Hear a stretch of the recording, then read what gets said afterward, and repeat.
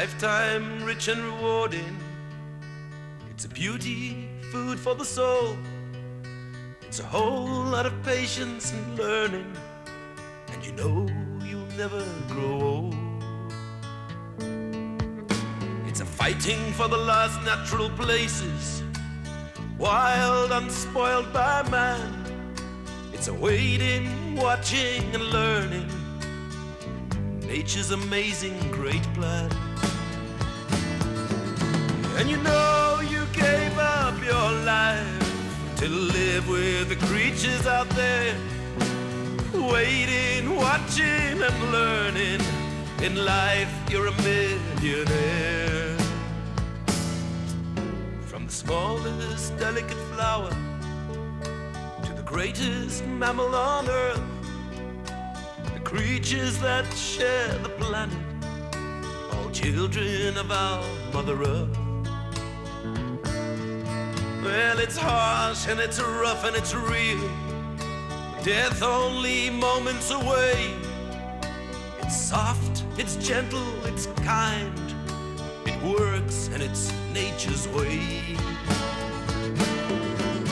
To keep on living and dreaming, never give up on the fight for the creatures that share this planet.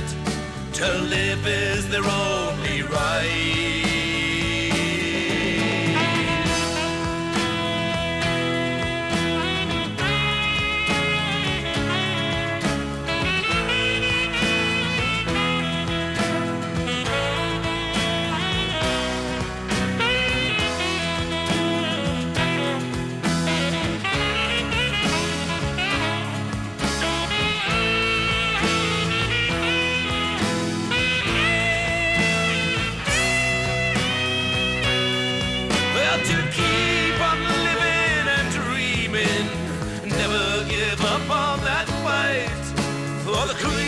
That share the planet, to live is their only right.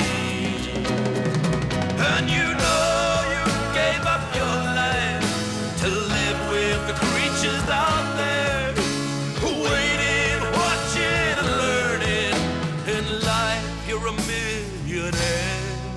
Yes, you are.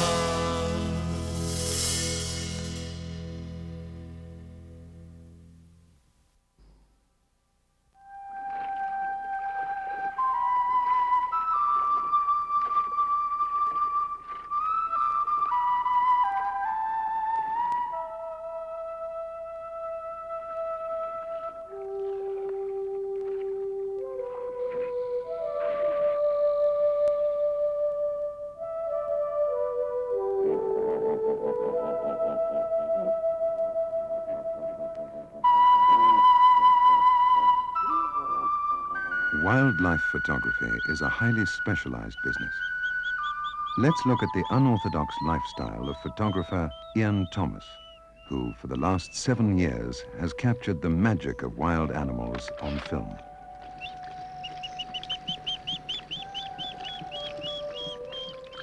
Ian is fortunate in that he lives and works in a game reserve with his camera always at hand, so many of his photographs are taken literally on his own doorstep. Photography is an art, so the photographer must look at the world through different eyes to see beauty in its shapes and patterns. And above all, he must have a desire to achieve the ultimate photograph.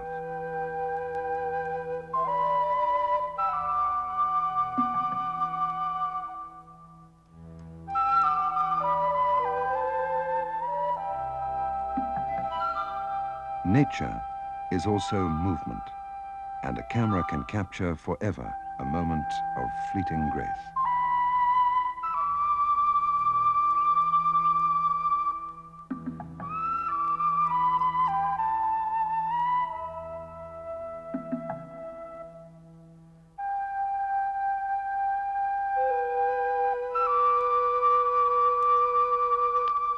Scenes in the wild are not always pretty.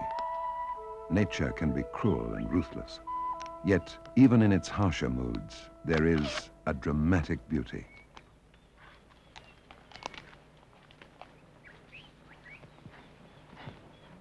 Some people will do anything for a photograph, but Ian believes that a good photographer must be unobtrusive. He should try to take his pictures with a minimum of disturbance to the animals. For somebody starting out in wildlife photography, one of the lenses I would recommend would be this 80 to 200 zoom, or possibly 100 to 300 zoom. It's a very versatile lens to get close up on the animals. It also allows you to take some landscapes. If you were prepared to spend a little more money and buy two lenses, then I would suggest you buy the 105 micro lens. It is this lens here, nice short little lens, allows you to photograph insects, flowers, close-up work, while also allowing for action photography you have to see a kill.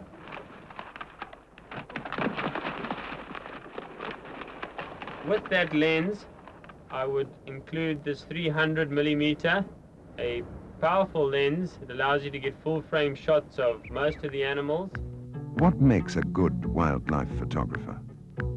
For a start, tenacity, energy, patience, a knowledge of his subject, experience, more patience, anticipation, and even more patience.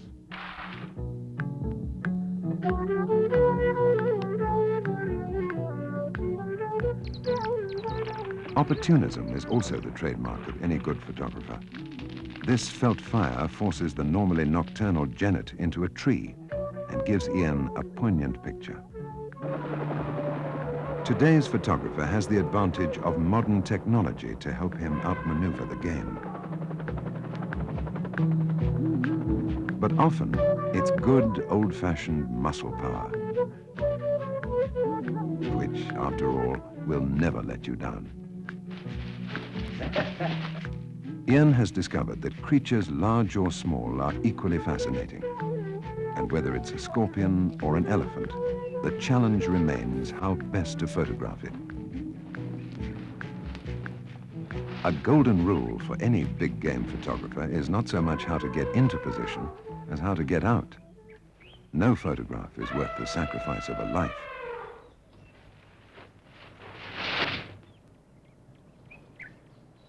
This Mozambique spitting cobra can send a blinding stream of venom into your eyes.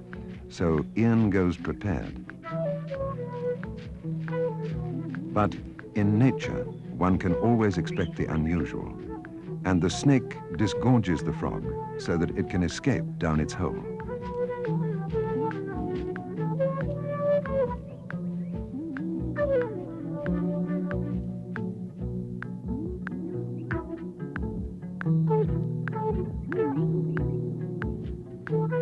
An aching back is one of the hazards of the job.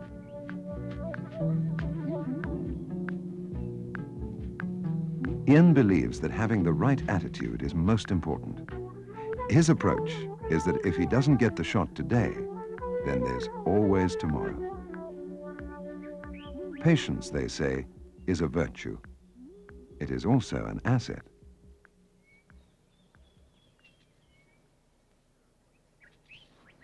There are many myths about the dying art of tracking. In fact, it's a logical exercise, and a good tracker can read the signs in the wild as easily as you or I read the street names in a city. Now this is Phineas Mhlongo, one of the most brilliant trackers of the area. When he was a little boy, they used to follow animals. They would snare them. Occasionally they would manage to shoot one, and he would have to follow blood spoor or follow the tracks. And his father taught him all the tricks of tracking, and he grew up tracking for food.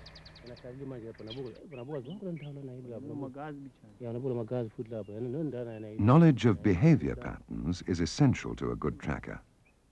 This giraffe staring at a clump of bush could mean a predator is nearby. Alarm calls are also vital clues as to the whereabouts of predators.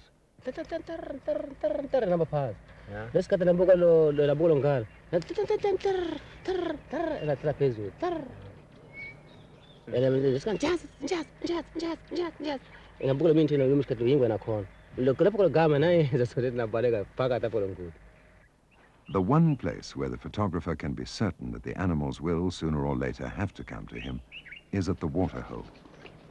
Here, water is life. It is also a place to wallow in the mud. This assists with cooling, but perhaps more important, it helps the animals rid themselves of ticks, which are caught in the mud and then rubbed off on a nearby tree or stump. The tracker can estimate the size and type of animal from the height of the mud on the tree. Every animal leaves some trail, however faint, as it moves through the bush. In the case of the elephant that breaks branches and pushes over trees, the trail is obvious. One of the best methods of telling whether an elephant track is fresh or not is to find a branch that the elephant has broken and to have a look to see whether the leaves have wilted or not. As you can see here, the leaves have wilted, and so it's not a particularly fresh track and probably not worth following. Another method is to find where he has snapped the branch off, to have a look to see if the sap has dried out. Dung is another clue to the tracker, but Ian also finds it interesting as a naturalist. The hard shells of the torchwood seeds are softened by the acidic stomach juices. This assists germination and assures them of a well-manured start to life. In this way, the elephant helps to reforest Africa. Is it fresh? Apply the Phineas Mhlongo temperature test.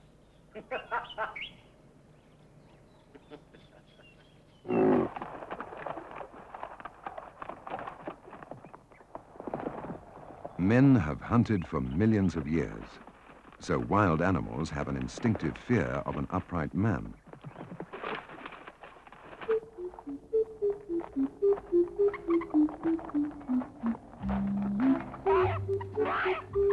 Ian devised a mobile termite mound, a more familiar shape. Dung hid the human scent.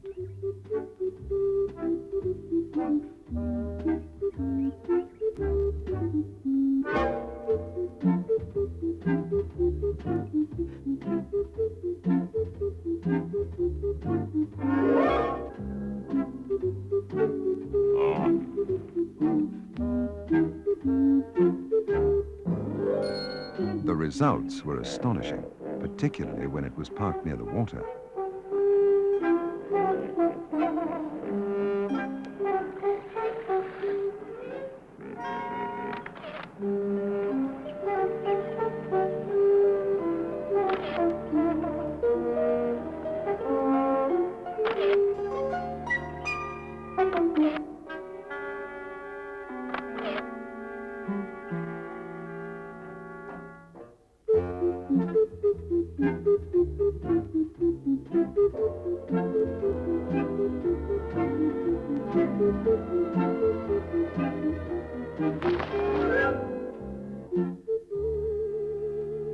When the sun goes down, most people head for home. Ian's day is just beginning. This is when nature displays her richest colors.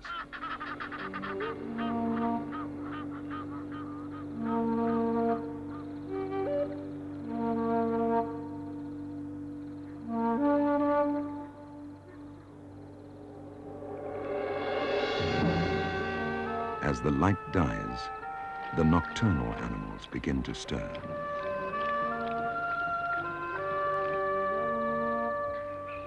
The shy and secretive creatures are seldom seen. They need the darkness to hide and to hunt.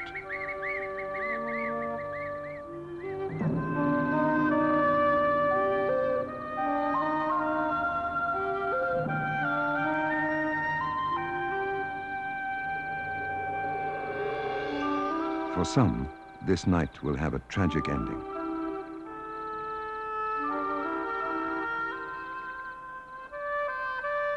A newborn impala, hidden in the grass, is found by a young lion.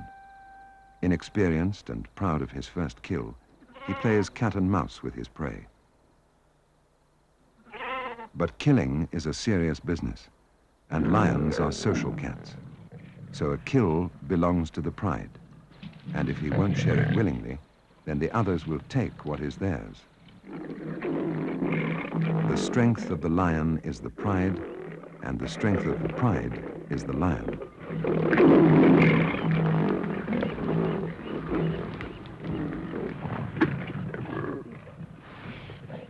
A few hours ago, these same lions were peacefully relaxing and affectionate to each other. Ian has seen many kills. However, on this occasion, the hyena, always close at hand, were able to drive the lionesses off by the weight of numbers and the sheer power of their vocal harassment.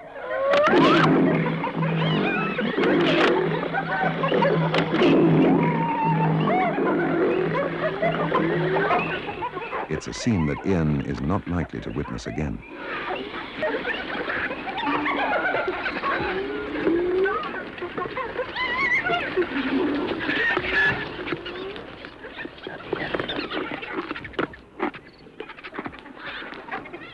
At the end of the night, a young hyena lay dying, mauled by an angry lioness.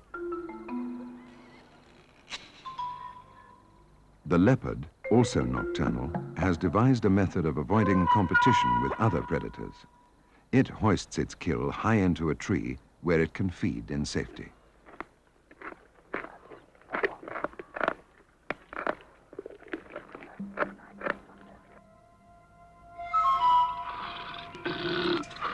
Researchers need to identify individual animals.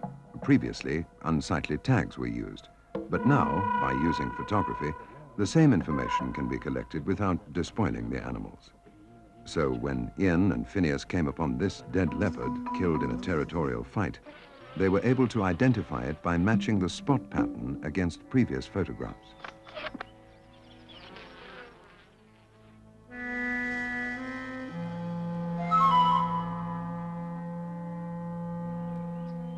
As a photographer, Ian has become passionately involved with lions. Lions are a phenomenal spectacle. When you just think of a cat, even the lioness that can weigh up to 300 pounds and can charge at close to 65 miles an hour, it is an awesome predator. I mean, if it just ran into a human being, it would do a lot of damage. And a male that could go 500 pounds or more and attached to its paws, you know, these huge raking claws, the damage that it can deliver is awe-inspiring. When you see it, these massive cats with their gracefulness and their fluidity, it is really what wild and fear and beauty is all about. I find the most fascinating aspect of lion behavior is the maintenance of territory. I have brought along a map of the local pride's territory with me. The pride has its core area around the Sand River. Now, the size of this territory is approximately 100 square kilometers. The males continually patrol the borders of the territory to ensure that no nomadic lions are allowed into the territory, as this is a threat to their breeding capacity and to the cubs of their females. At the head of the territorial system are the dominant males. Ever since 1979, Ian has kept a photographic record of the kings who ruled the local pride. Some of them lasted but a few weeks, while this tough old tyrant held his own for 3 years. Lions spend up to 18 hours a day resting. This is due to the large amounts of energy they use while hunting and feeding. The white underbelly reflects the heat, while blood vessels on the surface of the tongue are cooled by the air passing over it, and this helps cool the body. The lion pulls a phlegmon face as he tests the female's urine, using the organ of Jacobson in the roof of his mouth to find out if she is on heat. They pair off for 3 to 8 days. Mating can take place over 100 times in 48 hours. During this time, they don't bother to hunt. Afterwards, the lioness lies in this position, possibly to increase the chances of conception.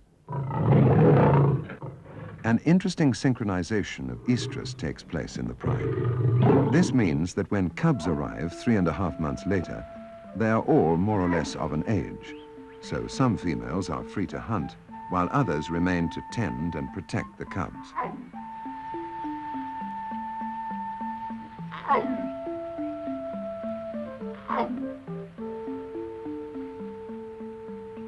At first, the cubs are completely helpless and dependent on their mothers, often being transported in their mouths.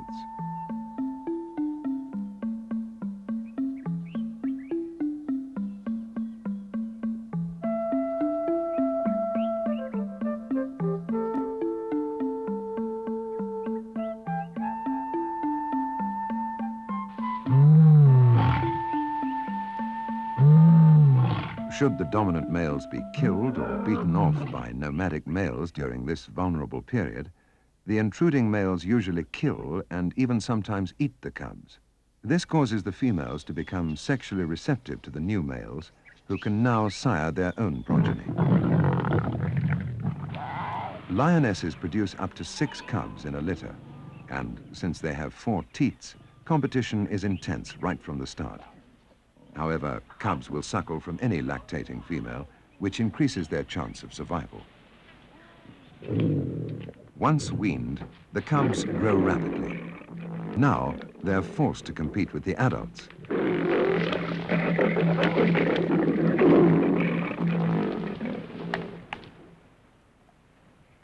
Each meal becomes an anatomy lesson, where a cub can learn which parts are soft and which parts are sharp and dangerous. Choice pieces like the liver provide vitamin A to maintain the lion's excellent night vision. This is helped by light-sensitive eyes with white patches below them to reflect more light. They also have reflective retinas and hugely dilating pupils. This cub, injured while feeding, is expendable. The result of this natural selection is one of the most magnificent creatures in nature. Incidentally, the mane not only makes the males look larger, it also absorbs blows during fighting.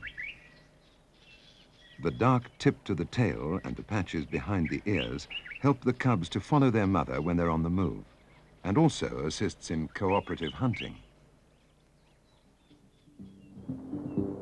It is fascinating to compare the hunting techniques of the different predators. The cheetah prefers the open plains, where it can use its incredible speed to run down its prey. The small head, long legs, and flexible spine with a flat rudder-like tail which helps it to turn all combine to make it the fastest animal on Earth, reaching speeds of 100 kilometers an hour.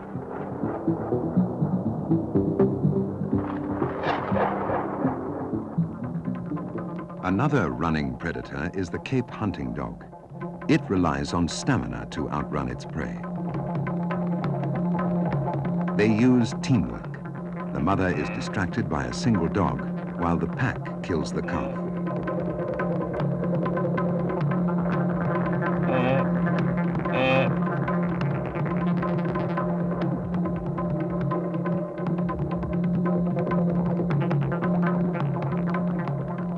Although the lion is not as swift as a cheetah, it is still very fast over a short distance.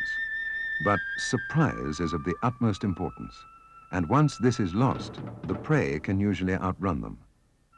The lion is colorblind and doesn't see this scene as we do. It is believed that the zebra's stripes confuse attacking lions, and this makes it difficult to single out an individual animal. To make up for their short rush, the lions must make use of camouflage and ambush. The white tails of the kudu not only warn of danger, but also enable them to follow each other.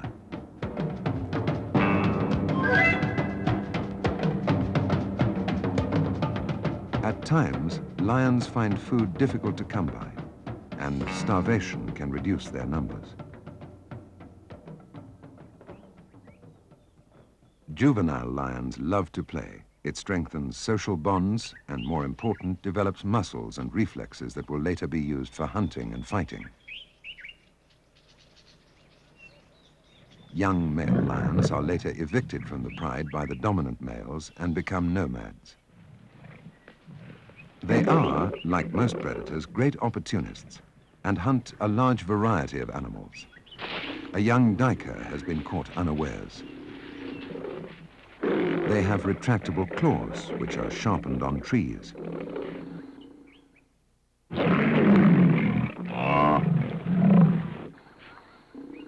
Their main weapons are their teeth.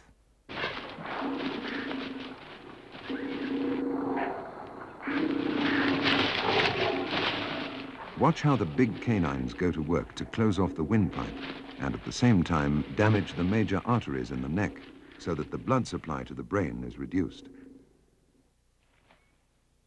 The canines do the killing, while the small, sharp incisors are later used to strip meat off the carcass. The carnassial teeth at the back of the jaw crush the sinews and bones.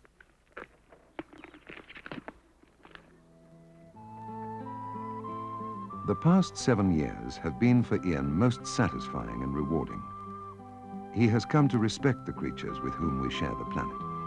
He has seen sights witnessed by few.